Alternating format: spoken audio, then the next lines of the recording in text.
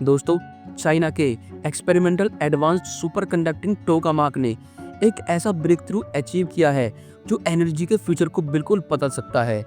दोस्तों, इसे often artificial sun के नाम से जाना जाता है। दोस्तों, सोचो एक ऐसा वर्ल्ड जहां क्लीन और लिमिटलेस एनर्जी से पावर हो, जहां हम पॉल्यूटिंग फॉसिल फ्यूल्स पर डिपेंड ना हो।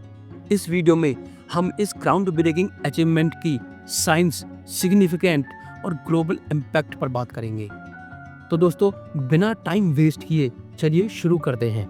दोस्तों, 30 दिसंबर 2024 को चाइना के एक्सपेरिमेंटल एडवांस्ड सुपर कंडक्टिंग टोकामाक यानी कि ईस्ट ने कुछ ऐसा कर दिखाया जो पहले कभी नहीं हुआ था।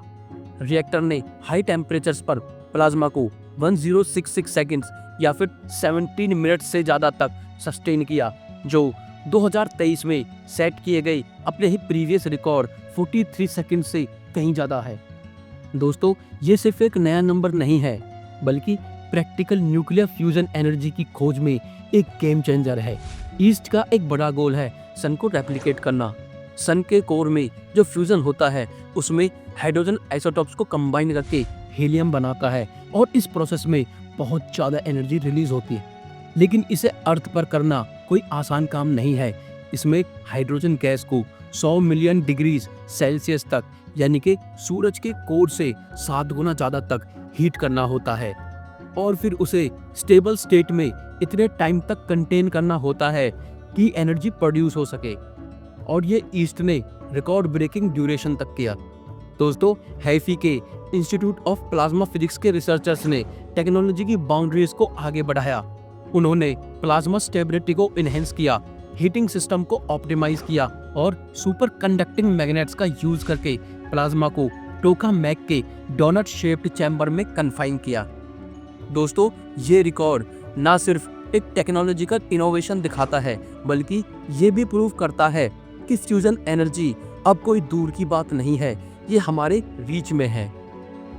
17 मिनट से ज़्यादा टाइम तक प्लाज्मा को सस्टेन करना इस बात का सिग्नल है कि साइंटिस्ट कंटिन्यूअस फ्यूजन रिएक्शन के और करीब आ रहे हैं, जो कमर्शियल स्केल पर एनर्जी क्रिएट करने के लिए जरूरी है। ये वो स्टेपिंग स्टोन है जिसका हम इंतजार कर रहे थे, एक ऐसा साइन कि फ्यूजन रिएक्टर्स इवेंचुअली पूरे सिटीज को पावर दे सकते हैं। हैफी में नए फैसिलिटीज के कंस्ट्रक्शन के साथ वो फ्यूजन को एक्सपेरिमेंटल से प्रैक्टिकल एप्लीकेशन तक ले जाने की प्लानिंग कर रहे हैं। दोस्तों, न्यूक्लियर फ्यूजन क्या है और लोग इसके लिए इतने एक्साइटेड क्यों हैं? फ्यूजन न्यूक्लियर फिजन का उल्टा है, जो आजकल के न्यूक्लियर पावर प्लांट्स में यूज होता है। फिजन रिएक्शन में हैवी एटॉमिक न्यूक्लियाई को सिमुलेट करके एनर्जी रिलीज की जाती है, जबकि फ्यूजन रिएक्शन में light atomic nuclei usually hydrogen isotopes को कंबाइन करके हीलियम बनाया जाता है। इस रिएक्शन में बहुत ज़्यादा एनर्जी रिलीज होती है, लेकिन ये क्लीन, इफिशिएंट और वर्चुअली लिमिटलेस है।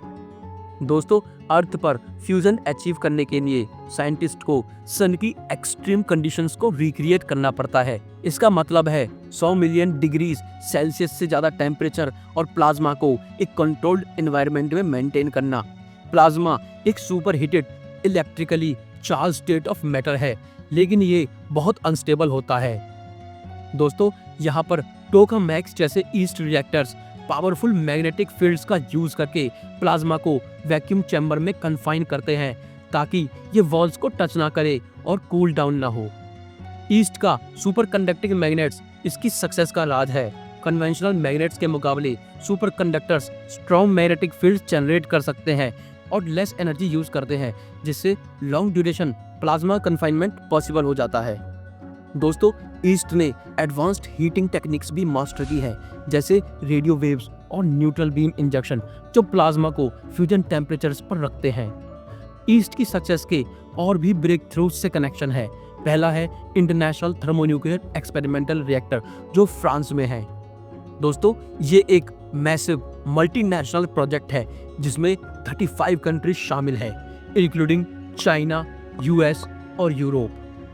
ITER ने अभी तक प्लाज्मा कन्फाइनमेंट अचीव नहीं किया है, लेकिन इसका डिजाइन ईस्ट से सीखे गए लेसन्स को इनकॉर्पोरेट करता है।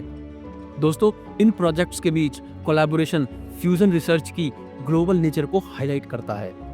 2022 में यूएस के नेशनल इग्निशन फैसिलिटी NIF ने भी एक एक्साइटिंग माइलस्टोन अचीव किया।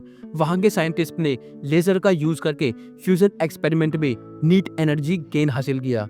ये इनर्शियल कन्फाइनमेंट मेथड टोकामैक से अलग है, लेकिन ये प्रूव करता है कि फ्यूजन मल्टीपल पाथवे से अचीव किया जा सकता है। मटेरियल साइंस भी फ्यूजन के लिए एक बड़ा चैलेंज है। फ्यूजन रिएक्टर्स को एक्सट्रीम टेम्परेचर्स और रेडिएशन को विस्टैंड करने के लिए मटेरियल्स की जरूरत होती है। एग्जाम्पल के लिए दोस्तों, ईस्ट टंगस्टन का यूज करता है जो प्लाज्मा कन्फाइनमेंट की इंटेंस कंडीशन को हैंडल कर सकता है। AI और मशीन लर्निंग भी फ्यूजन रिसर्च में गेम चेंजिंग रोल खेल रहे हैं। रियल टाइम डेटा एनालिसिस करके AI सिस्टम्स प्लाज्मा इंस्टेबिलिटीज को प्रेडिक्ट और मैनेज कर सकते हैं, जिससे रिएक्टर्स सेफ और इफिशिएंट बन जाते हैं। दोस्तों, फ्यूजन एनर्जी एक सस्टेनेबल वर्ल्ड क्रिएट करने के बारे में है। ये फॉसिल फ्यूल्स पर हमारे डिपेंडेंस को कम करेगा, कार्बन एमिशंस को स्लैश करेगा और बिलियंस ऑफ पीपल को अफोर्डेबल एनर्जी प्रोवाइड करेगा। सोचो, एक ऐसा वर्ल्ड जहां एनर्जी एबेंडेंट और चीप हो, जहां रिमोट विलेजेस को इलेक्ट्रिसिटी एक्सेस हो और इंडस्ट्रीज ग्लोबल वार्मिंग में कंट्रीब्यूट ना करें। दोस्तों, ये फ्यूजन एनर्जी का प्रॉमिस है। ईस्ट की अचीवमेंट सिर्फ टेक्नोलॉजी की जीत नहीं है, बल्कि ह्यूमैनिटी की जीत है। फ्यूजन एनर्जी एक ग्लोबल चैलेंज है और इसे हर कॉर्नर के साइंटिस्ट, इंजीनियर्स और पॉलिसी मेकर्स टैकल कर रहे हैं। दोस्तों, ईस्ट की सक्सेस सिर्फ चाइना की नहीं, बल्कि हम सब की जीत है। वीडियो पसंद आई हो तो लाइक, कमेंट और सब्सक्राइब करना न भूलें। फ्यूजन एनर्जी के बारे में अपने विचार हमें कमेंट्स में जरूर शेयर करें। अगली वीडियो तक के लिए क्यूरियस बनो और एक्सप्लोर करते रहिए। फिर मिलेंगे दोस्तों नेक्स्ट वीडियो में। धन्यवाद।